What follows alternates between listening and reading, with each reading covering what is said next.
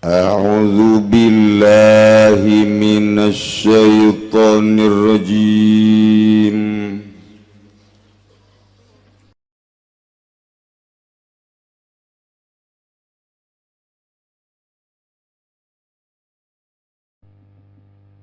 Lamun tadi nyaritakeun masalah pamenta ti para inohong, para nusarugi, bangsawan-bangsawan terkemuka menta supaya Kangjeng Nabi ngusir ka jelema-jelema nu iman cuman hina, nu iman cuman fakir.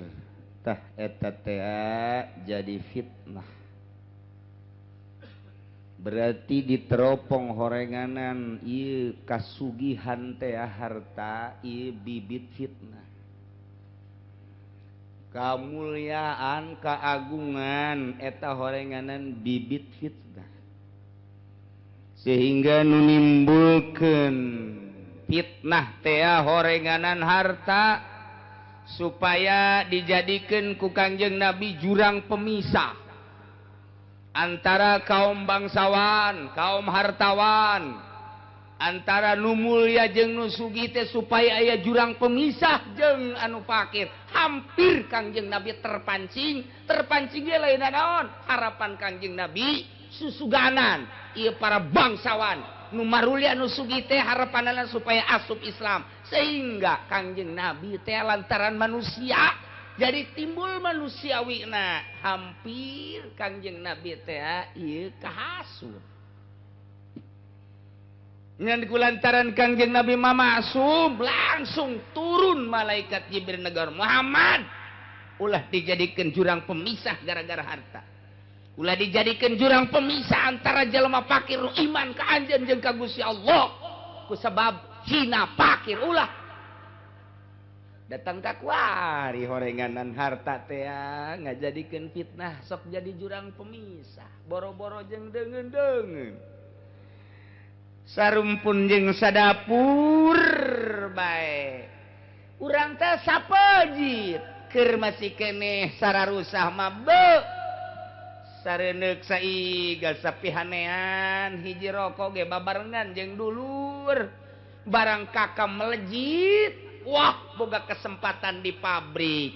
Waduh luar biasa dagang limbahna eta curug ka adina pohara jasa.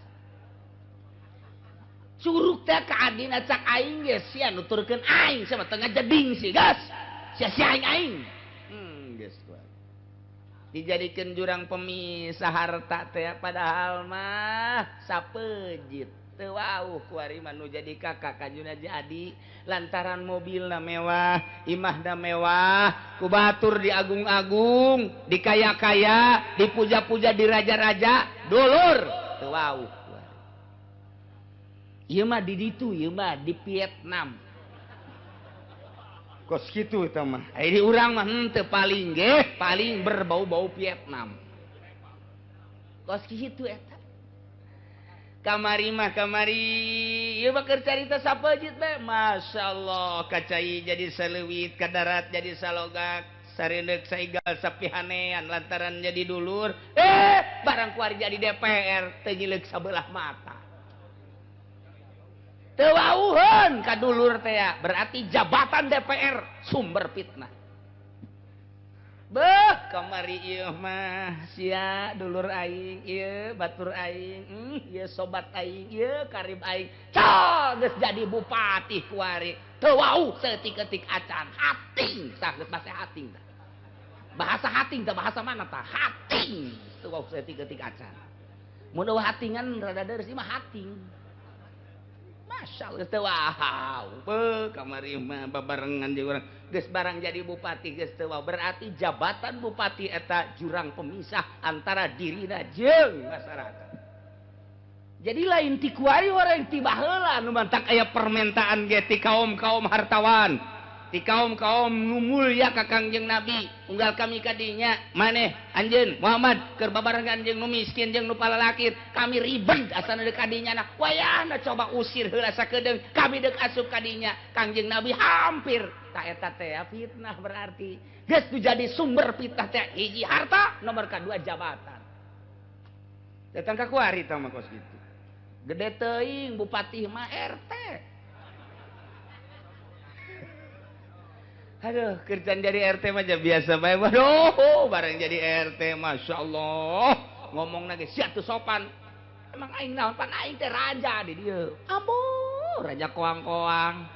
RT. Gusti Allah, aduh, masya Allah. Aduh. Tah eta teh jurang pemisah nu kos kitu teh. Tah kuari ge kiai teh anu ngadeuketan nu kos kitu mah. Aya jurang di sarua. Bangsana tak kiai ge. Pan kiai mah kuduna beuki luhur, beuki tawadu. Lantaran du di deuleuna teh kiai mah pare. Di mana-mana pare teh kaluhur can aya bener can aya eusian. Di mana geus eusian tungkul eta pare. Di mana ngacung deui berarti tah kos kitu teh. Ge kiai asal anu tulak cangkeng bae ngacung teh pare gambung teh kiai mah tungkul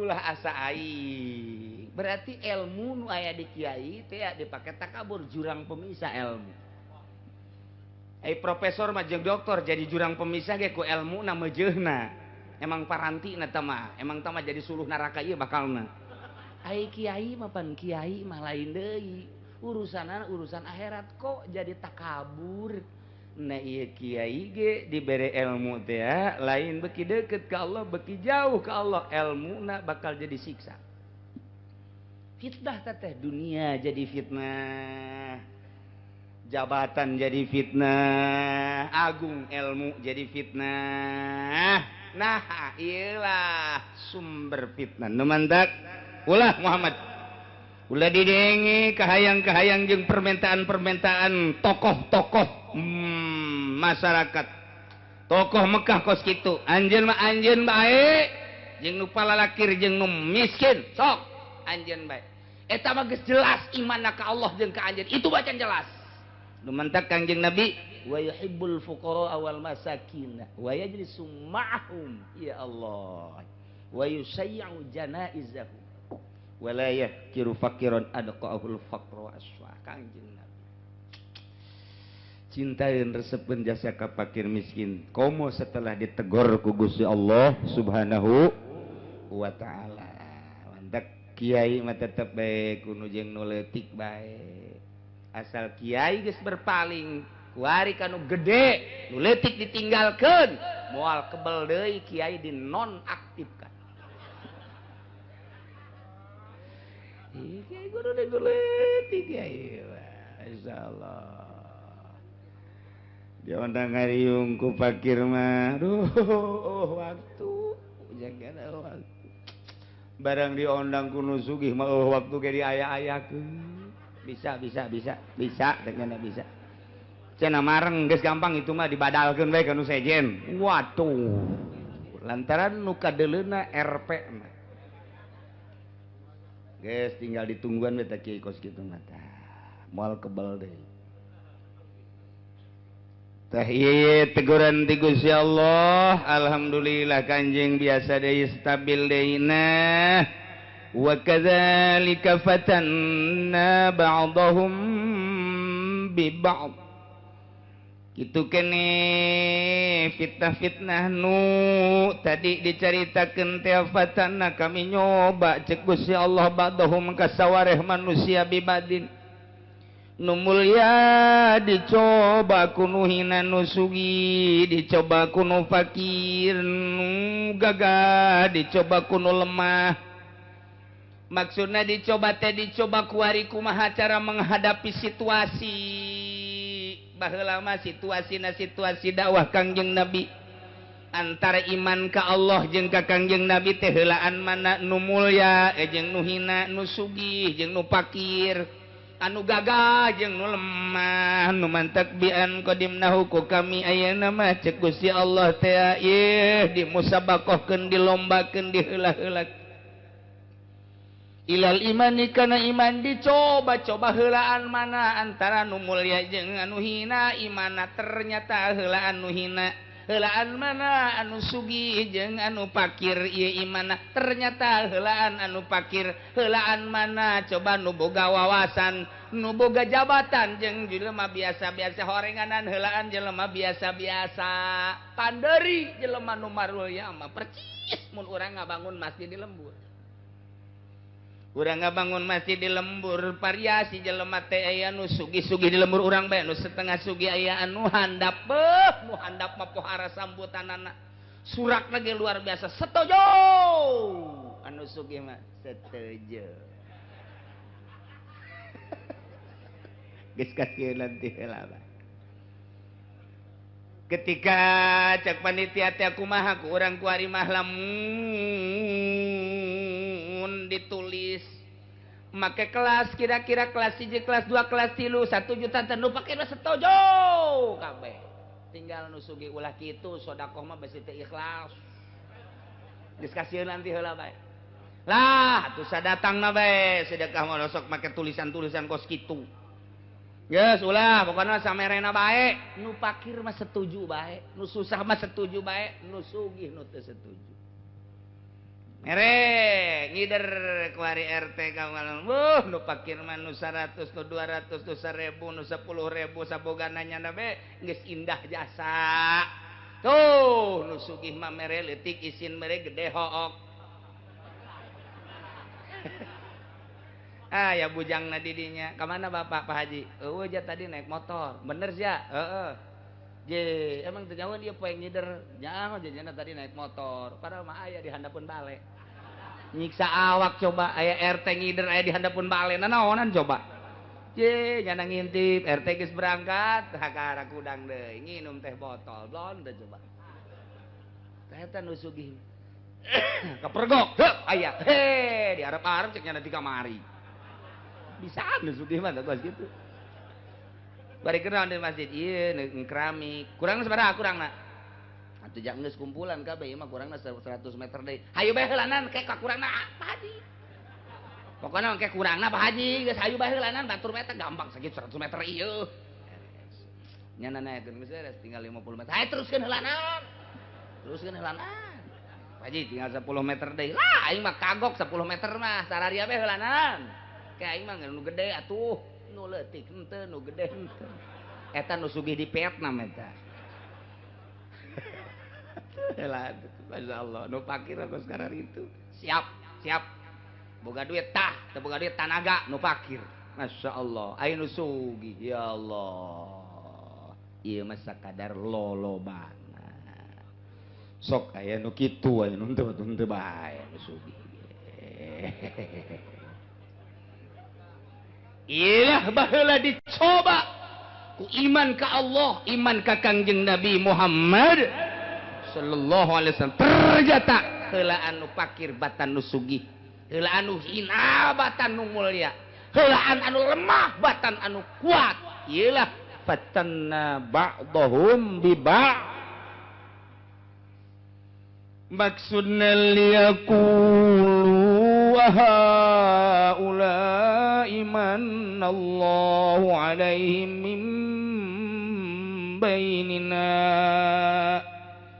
lantaran nu sugih tinggalen kuno fakir ketika manehana nandek iman ka Allah jeung ka Rasul teh aya gengsi anu mulya teh kapiheulaan kuno hina ketika deuk iman teh aya gengsi boga rasa harga diri kumaha aing ke lamun aing iman teh meureun cak pakir tuh nya nuturkeun urang jatungtung nama tapak embung-embungna nu sugih dikitukeun ketika nu gagah dek iman ka Kangjeng Nabi geus aya terbersit di jero hatena mangannya na kulantaran kapiheulaan kuno hina engke cak nu hina teh beusi diomong tuh tungtung nama jan nuturkeun urang pang embung-embungna nu gagah nu mulya nu sugih diomong kitu embungeun ceulina ngadenge kos kitu lantaran ku embung-embungna gengsi dipasangkeun daripada ngadenge omongan kos kitu jeung teu iman aing mah. Nu sarugi teh kos kitu masyaallah naudzubillah min zalik wa min zalik. Ngagugulung sugih, ngagugulung mulia, ngagugulung jabatan akibatna kufur nyana teh ka Gusti Allah. Gusti kahalangan ku dunya, ku jabatan, ku mulia. Eta lah nu ngajarikeun jurang pemisah. Urang indah jasa lamun aya nu sugih bisa ngahiji di lembur jeung nu susah. Ayana naon hayu silih bantu asana indah jasa lembur teh bersinar. Mun aya pejabat di lembur eta teu kahalangan ku jabatanana jeung masyarakat ngahiji be manehanana mah padahal mah nya teh jenderal nu sabenerna padahal mah kapten sabenerna mah tapi ketika babarengan jeung masyarakat mah biasa bae padahal mah nya mah sekda padahal mah nya mah bupati tapi ketika babarengan jeung masyarakat biasa bae padahal manehanana mah kapolres tapi begitu ke masyarakat biasa bae eta indah jasa hirup kos kitu.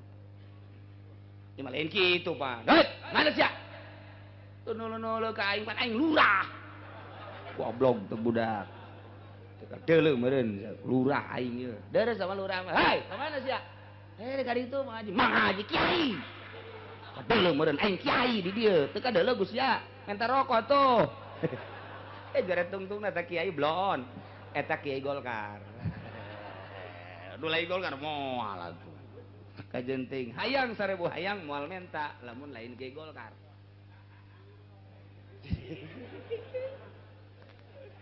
Jakula masarardih ku ari mah aya pangajian di masjid panggungna gede diayakeunana ku para kandidat beres bae ai prak beres kiai-kiai dihareupeun panggung ai prak aya orkes eta kiai teh naon cara ricing bae cek nyana kesempatan emas je tol atuh balik atuh kiai aya kos kitu mah atuh cek nyana pancan sasalaman can dibere ongkos blon teh tah.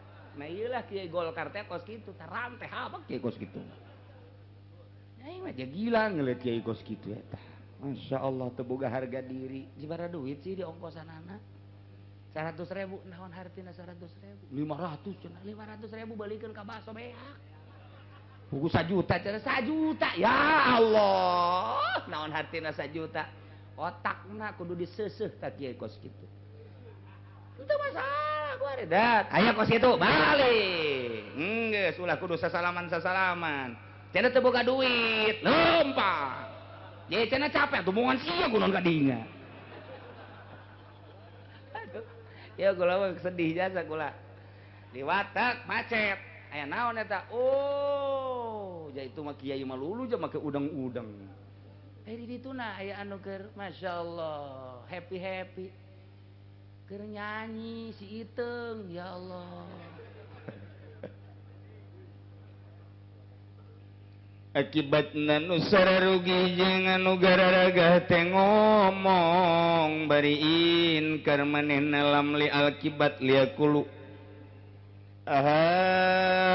Ulai manallahu alaihim min bainina cek anu sarugih jeung cek anu maruli apakah anu palalaki eta anu ku Allah dibere nugraha ieu dibere pituduh dibere hidayah heuy law kana mahum alaihi hudan masabakuna ilai lamun kalakuannya na pagaweannya na iman teh eta teh gajadikeun pituduh atuh moal kapiheulaan aja urang mah mun nya ge nya meunang hidayah moal kapiheulaan urang mah urang mah sugih mun nya kos kitu teh bener atuh moal kapiheulaan pan urang mah boga jabatan mun nya kos kitu teh bener hidayah moal kapiheulaan pan urang mah gagah ye ulah dianggap nu hina teh kararitu teh meunang hidayah andai kata eta hidayah kami moal kapiheulaan ngomongna kos kitu kan ngabacok aku eta baheula tadi Mekah teh kos kararitu tadi Mekah andai kata kuari aya di lembur urang eta teh seseleran urang Mekah baheula Kulon jadi karari itu nya baheula percis kos di lembur urang teh. Yo, mun eta kos itu bedan teh moal kawilan cenah. Eta teh bener kos itu teh. Kunaon eta gengsi nya. Lantaran geus aya jurang pemisah ti awalna fitnah. Ye, cek Gusti Allah kunaon karari itu ngomongna alaihissallahu bi'alama bisyakirin. apakah teu nyahoon kitu Gusti Allah ka jelema anu salalukuran ka Gusti Allah. Allah leuwih uninga ka jelema anu bersyukur ka Gusti Allah sehingga Allah nuduhkeun ieu mah jelema hina bersyukur ka Gusti Allah dituduhkeun ku Gusti Allah, lemah bersyukur ka Gusti Allah dituduhkeun ku Gusti Allah, atuh nya mah congak takabur ku harta jadi takabur teh dituduhkeun ku Gusti Allah, ku gagah takabur teh dituduhkeun ku Gusti Allah, ku boga jabatan takabur teh dituduhkeun, muakin acak-acakan ka ditu. Masya Allah. Nemantak iya orang ulah nyaritakeun zaman baheula, zaman buang kawarah tamatu zaman Kangjeng Nabi mah kuari nu Quran geus dimusabaqahkeun, Quran geus dijelaskeun, berbagai media ngajelaskeun tentang Al-Qur'anul Karim, ngaran mabok mah, ngaran zina mah, ngaran judi mah, ngaran maling mah, eta teh geus lain rahasia deui ngaran riba mah, tapi pan geuninganan di masyarakat urang beuh nu zina ambalaya, nu mabok ambalaya. Lain cerita masyarakat dek pejabat balik jam 3 karaokean mabok lain lalaga. Doh cenah nyanyahoanan bae kieu celok ka mamana ge atuh aing mah bisa disumpah nyaho jasa. Emang babarengan jeung kieu dek bareng dek henteu lah pokona mah. Wah ai kitu bae cenah bareng jeung kieu. Wai pokona mah dek bareng dek henteu nyaho jasa bawa kana wae. Aing make kumis palsu, make jenggot palsu, milu ka BSD ka ditu, milu karaokean nu nyanyi teh pan aing eta teh. Ye, nu karaokean teh bisa dideuleu ku aing. DPR aya sabaraha geus aya di kantong aing. PNS anu mabok, PNS anu balik jam 3 geus aya di kantong aing. Daek modar aing. Ye, emang aing teu nyaho kitu lah jagat teu nyaho. Tah nu nyanyi nu sorana bagus teh nu kamari malam Minggu teh emang saha? Emang saha? Atuh teh nyaho aing ge.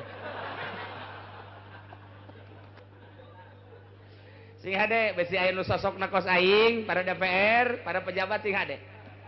Sing hade, tah nu kumis aing make kumis biasa, make janggot. Jadi atuh nyaho jasa, mukuari ditulisan ku aing nyaho jasa. Beneran urang. PNS nu balik jam 3 kamari karaokean teh ka sesengitan-sesengitanana aing nyaho. Sesengitanana aing nyaho. Ieu teh sesengitanana teh sesengitan anu nyaho mun kudu dibejakeun mah. Ulah kaget nu ngaji kuari teh nyaho jasa ieu. Masya Allah, ieu sesengitanana sesengitan hair fresh nyaho jasa. Urang kaler tah mah tah. Beneran, ye nyaho jasa.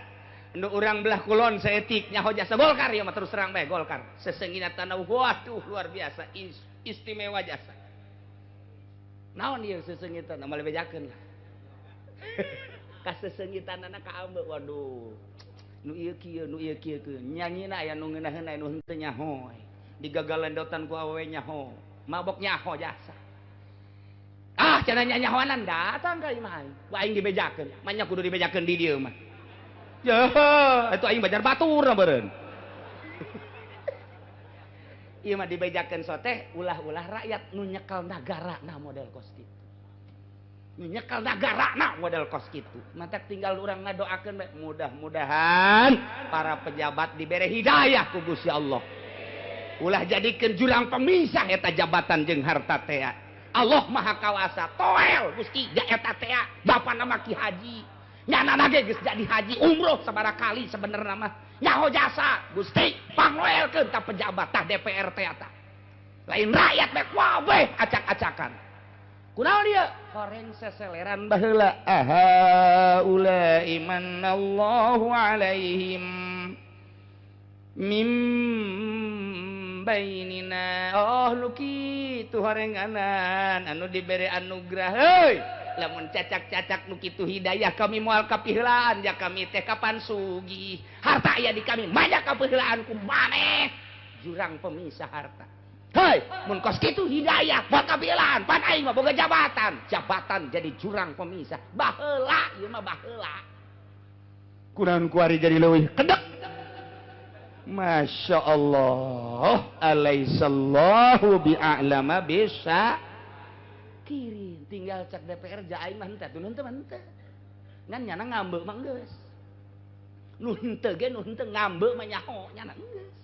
Bahwa di lingkungan DPR teh kos kitu. Nu mentak urang mah kuari hayang jasa nyieun perda, jangan lempengkeun hukum-hukum. jauh jasa henteu ai mustahil mah naon lantaran teu mikiran rakyat mikiranana nyana bae atuh pikiran nyana balik jam 3 tas karaokean mabok dan lain sebagainya deuk kumaha coba dah cenah kiai coba endek diintrogasi datang ka dieu introgasi dibejakeun jeung sia-sia anak ke ku aing sia pan cenah kiai bu aing nu karaokean anak moal aing bisa nyanyi atuh Walah kaget tuh pokoknya besika ya sosok model kula nah sehingga ada sih mun teu lompat dicatet ya ku aing atuh di Keramat Tunggak baheula atuh yang nyaho aja atuh di Keramat Tunggak teh kapan menta ka pemerintah teh saya ini kan kerja begini terpaksa ketika di sidang ayah saya sakit sementara saya tidak punya kerjaan hanya ini yang dapat saya lakukan jualan apem saya punya anak kemudian sampai sekolah masa depannya buram kalau tidak sekolah tidak ada yang memberi nafkah kecuali saya pekerjaan ini coba bagaimana saya mohon dialokasikan lain diberantas ku pemerintah eta Keramat Tunggak nama dieuweuhkeun nya nama dia selap-selapkeun di lokasi dialokasikan di mana cenah kiai di nelayan seetik aya lain seetik 2 etik di belah kota aya doh geus kudu di Jakarta mah tah eta teh tah nu kos kitu pan kudu diurusan secara praktis tak kudu diurus ku pemerintah tapi secara moral nu ngurus kudu wali di Keramat Tunggak lamun eueuh wali cicing di dinya endek pikumahaeun eta para WTS aya walian di dinya teh lain maksudna wali dek kumaha nya nama geus teu ieung-ieung ngan wali teh nalingakeun endek datang ka mana ieu budak dek kumahaan ieu nasehat mapan terus bae wali di dinya teh tah nahanan siksa jehe kuari lamun teu aya wali di perhotelan dek kumaha coba masyaallah tanu matak pejabat anu mararabok jaho wali nyahoeun dek datang ka mana ieu budak bebejana mangurusan rakyat di DPR lain ngurusan dan di PNS aya wali nyahoeun ngan dina hatena ngadoa ka Gusti dek ka pana lalaguanana ieu budak aduh teu kumaha walina sarua jeung nyana wayah nyanyi-nyanyi wayah diuk di meja biasa ngan hatena nyana ngadua ka Gusti Allah mun eueuh walian nu kos kitu siksa turun ye samarukan kumaha emang wali teh anu di masjid bae gampang wali di masjid bae leuwih gampang deui jadi wali di gunung bae tengah denge situasi jeung kondisi kumaha nu paling sulit wali tanggung jawab tuh di Keramat Tunggak hei wali tuh tanggung jawab di hotel-hotel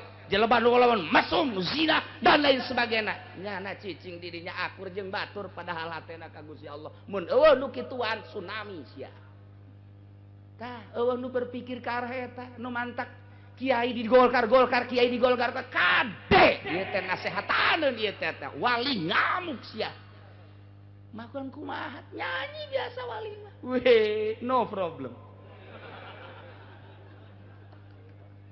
setik dibawa ke arah kos gitu supaya nyaho Indonesia teh lain lalagaan mun eueuh para wali di tempat-tempat judi di tempat-tempat kos itu wallahu a'lam nyana tetep noel ku cara nyana ngan encan dibere hidayah nu mantak loba jelema nu geus eleh toel ngobrol kembali kitu keneh nu jadi pejabat toel seetik hidayahna mah pandi Allah nyana nu ngasehatan ku kadang-kadang heuceurit eta tah menang ti waliullah Ih, sabarukna kumaha aya pangajian di panggung mah babari jadi wali di masjid mimpin marhaba kemudian di gunung kemudian di leuweung atau emang jang dirina sorangan nu hese wali geus mantep kawaliana titah ngangon masyarakat tuh pemerintah angon ku caranya mah tuh pejudi angon tuh petani angon tuh masyarakat teu kanyahoan mun eueuh wali-wali nu kos sekarang itu wallahu alam di Indonesia kuari keur acak-acakan di negara tapi ketika diajak perang jeung Amerika kunaon atuh hayu bae mun lain ajakan wali moal bisa tatadina salat teh judi terus ketika dok Amerika nantangan Indonesia engke ge wali naik siap nu pangheulana siap nu mabok teh Atau emang mabok iya nya nama siap kita nyohok kaler kidul. Siap, jangan teh. Kajian pae mangan sekali jeung teh. Emang keur mabok peing nyeun. Itu keur teh jahona naon. Tah iyalah cerita wali lain di Indonesia be, di Irak, di Iran, di Arab, dunia. Wali-wali nu beratnya justru wali anu diberi mandat ku Gusti Allah. Tak dinu kos kitu, dumantak tahapan-tahapan wali teh loba jasa. Loba jasa, nah ketika ditugaskeun rangkaianana sarua jeung organisasi pan kukula sok dicaritakeun kewalian teh. Nu mantak maot hiji ganti, maot hiji ganti, maot hiji ganti. Abdal salilana hiji raja wali Citra. Kebon jeruk teh mah. Imamani 2 masjid maghrib. Mukhtar 3. Kemudian kitu ayeuna mah Autad 4, Wali Abdal 7 dan lain-lain sebagainya. Maot ganti, maot ganti, maot ganti. Ditugaskeun di mana? Mantap nyaho keberadaan di anu atuh nyana tugas. Kadang-kadang nyana nyekel melodi tang ting tang tang ting tang tang ting tang. Oh, berarti Roma Irama wali merenya. Ya Karim, kok jadi kadinya ya yang ngomong. Iya sih gara-gara orang Arab loon ye, ahaulai ye. Jadi berarti harta jadi jurang pemisah, memisahkan dirina, jabatan memisahkan dirina, mulia memisahkan dirina. Tah lamun geus teu kapisahkeun daek diuk babarengan jeung urang model kieu. Jabatan mah jabatan bae minggu aing ngaji. Harta mah harta bae minggu aing ngaji ngahiji jeung masyarakat nu lemah. Keur naik mobil mang mana ngaji ka Cilongok. Ye pan leumpang bae tuh. Tuh boga kendaraan jing. Naik mobil atuh duit teh eueuh. Naik tadinya di ban.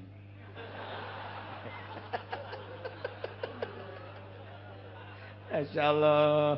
Nyana ku dikitukeun alhamdulillah geus terus bae urang sih doakeun bae. Oh, naik ka dieu tah. Jeung geus pinuh aduh didetkeun tah. Beuh eta hebat jasa. Sugih teh ya pake babantu jeung batu. Eueuh jurang pemisah. Masya Allah. Luar biasa tah eta langke sabalikna sugih tawadu leuwih hebat tibatan nu pakir tawadu. Pakir mah atuh tawadu ge emang nyana mah teh ditawadu ge geus kudu tawadu. Tapi nu sugih tawadu istimewa. Boga jabatan tapi jana tetep bae handap asor. Masya Allah. Nu pangheulana ka sorga nu kos kararitung ke bakal. Gitulah neyelah cerita tentang fitnah-fitnah nu ngajadikeun jurang pemisah harta, jabatan jeung kemuliaan sumber daripada fitnah. Ki Muhammad wa idza ja'akal ladzina yu'minun di mana datang ka anjeun jelema nu ariman nu ngimankeun ka ayat-ayat kami nu agung jak Allah yakni nu palalakir teh pakul. Sampaikan ku anjeun omongkeun ku anjeun salamun alaikum kataba rabbukum ala nafsihir rahmah. Kasalamatan Allah, kesejahteraan Allah muga tetep ka aranjeun kabeh. Gusti Allah geus bestikeun kana zatna ar-rahmat ar-rahmat annahum sanyanya kalakuan manamila minkum suwan sajelma nu beramal goreng bijalatin ku sebab bodoh. Aju sumataba kemudian tobat mimbadihi sabada beramal goreng wa aslaha amalahu matutkeun memperbaiki amalna. Ihi atuh pangeran Gusti Allah mah fa annahu ghafurur rahim. Gusti Allah mah Maha Ghafur jeung Maha Rahim. Anu kamari teh harta asa aing luar biasa sugihna jadi jurang pemisah sehingga ngomong sadaek-daek kalakuanana sadaek-daek berarti nyieun kagorengan kitu keneh kamari keur jadi pejabat teh beu kahalangan ku jabatanana teu kadeuleu kabeneran teh mabok aya di nyana marah aya di nyana segala aya di nyana lantaran boga kakawasaan nyana ternyata horenganan eta teh ku kabodohan barang geus nyaho makana bener ku ngaji teh dibere hidayah ku Gusti Allah nyana tobat ka Gusti Allah kitu keneh nu mulya teh tadi nama kabawa ku situasi kamuliaanana teu meunang salah saeutik teu meunang salah saeutik cegekan nyana mah benduan nyana mah korenganan ternyata barangnya hok mah kuari teh orang kos kitu teh kalakuan goreng nu kamari omonganana goreng nu kamari kalakuanana goreng nu kamari tingkahna goreng teh teh nyana beramal goreng teh bijahalatin ku sebab can nyaho bodoh sehingga dilaksanakeun barang kuarinya homa tobat ka Gusti Allah tuluy ngaberesan pagaweanana kumaha teh Gusti Allah ma fa'annahu ghafurur rahim Gusti Allah mah maha gopur maha rahim justru gedena hampura Gusti Allah teh jang nu salah anu teu salah mah teu kudu dihampura ku Gusti Allah ka sorga bae tah gopur Allah jeung rahim Allah teh jang nu salah kamari mah pejudi kuari mah tobat sorga cak Allah dihampura ku aing sia kamari mah tukang zina kuari mah tobat sorga aing mah pangeran jadi ulah sieun-sieun kamari mah korupsi kuari tobat bikeunan deui nu aya mah ka ditu tobatna ikhlas teh jeung kaduhung sorga cak Gusti Allah aing mah pangeran lamun sia mun tayang ka aing ku aing teu dihampura atuh mana pangeran aing mah pangeran geus tu penting mah tobat ka Gusti Allah nyaan tobatna sejuta kali kesalahan langit kolong langit pinuh ku dosanyana Allah gede hampurana leuwih tibatan kolong langit pinuh langit teh kolong lah jeung langit aku dosa urang teh Allah leuwih jembar hampurana jeung rahmata tibatan kolong langit jeung langitna geus pokona mah kataba rabbukum ala nafsihi rahmah Allah geus pastikeun rahmat ujianana ka jelema nu teu salah mah geus ulah dicaritakeun nu salah hampura ku Gusti Allah ye enteng jasa nu mata kecak pejabat mumpung raja Allah mah maha hampura ieu ya selanan happy bae mending mun teu modar sia mun nu modar can kaburu tobat deuk kumaha ya kemana ngaji ya ortodok dak ngorang ngaji aja aing gari tuh ke puncak duit teh boga jeung aing hayu duit setan mah kudu dikasetankeun deui je emang duit setan ieu mah sapira riba geus urang kasetankeun deui cek naon teu daekeun dibake ka masjid duit bener mah duit setan mah hayu jeung aing ya sia mah setan sarua si aing milu jeung setan ulah loba omong karena sesama setan tidak boleh saling mendahului ji atuh berangkat ka ditu geus masuk ngaji pokona ngora keneh mah mendingan kieu bae geus ke sekolot karek ngaji ke geus sekolot kakarek aduh aing keur ngora cimplong aya di aing hotel aya di aing kumaha ya aing mandek tobat bebeja ka kiai asal geus rarangsadan kitu bebeja ka kiai Waalaikumsalam. Aduh, kiai kudu manut tobat. Kiai tobat mah tuh ka Allah. Diampura moal. Emang penyakit naon baheula? Kiai itu bisa disebutkeun, sebutkeun ku sorangan baheula ka Gusti Allah. Emang naon ieu? Penyakit dah, kiai. Pokona kula mah datang ka sesengitan WTS geus nyaho ieu si A, ieu si B, si C geus teu kasaliru deui nyaho jasa. Kula peureum ngambean awewe liwat. Subang ieu mah ya. Geus nyaho jasa. Kula peureum liwat awewe Seng Bandung ieu mah ieu geus moal kasaliru. Kula peureum liwat ieu Karawang ieu mah. Kula liwat nu ieu. Oh ieu mah Kebo. Oh bener bareng deuleu bener Kebo teh di Pandian tah mah tuh. Jadi ku geus nyaho-nyahona kula mah peureum geus ka dieu. Tak kitu tak kumaha kuari mun tobat. Je atuh asal nyaan bae. Tobat ka Gusti Allah na lantaran Gusti Allah mah summa taba min ba'dihi wa aslaha fa annahu ghafurur deketan kiai menta jalan cara tobat nu bener kumaha kayak dituduhkeun ku kiai laksanakeun instruksi kiai di akhirat insyaallah lantaran urang percaya kana dauhan Allah kataba rabbukum ala nafsihi Allah mastikeun ka zatna memberikan rahmat ka jelema nu balik ka Gusti Allah Subhanahu wa taala. Ketika Kangjeng Nabi nyaritakeun ka tokoh-tokoh Mekah, wahai tokoh-tokoh Mekah, ulah kahalangan ku gagah, kahalangan ku sugih, kahalangan ku jabatan. Allah Maha Hampura.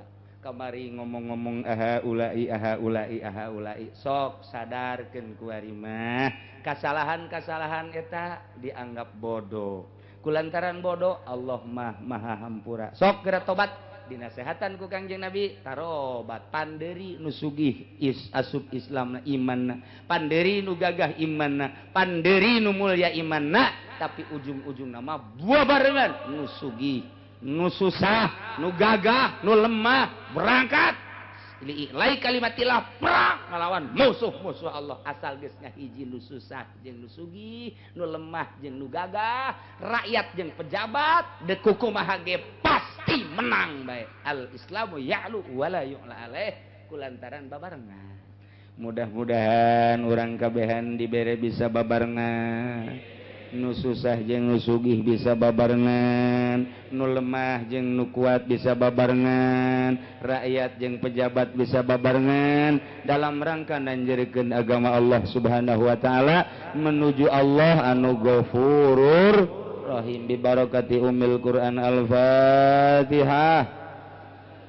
Bismillahirrahmanirrahim. Alhamdulillahirabbil alamin arrahmanir rahim maliki yaumiddin. Iyyaka na'budu wa iyyaka nasta'in ihdinas siratal mustaqim siratal ladzina an'amta 'alaihim ghairil maghdubi 'alaihim waladdallin. Allahumma shalli wa sallim ala sayyidina Muhammadin fil awwalin wal akhirin. Barik wa sallim wa radiyallahu ta'ala an sadatina ashabi sayyidina Rasulillah ajma'in. Amin ya Allah ya rabbal alamin.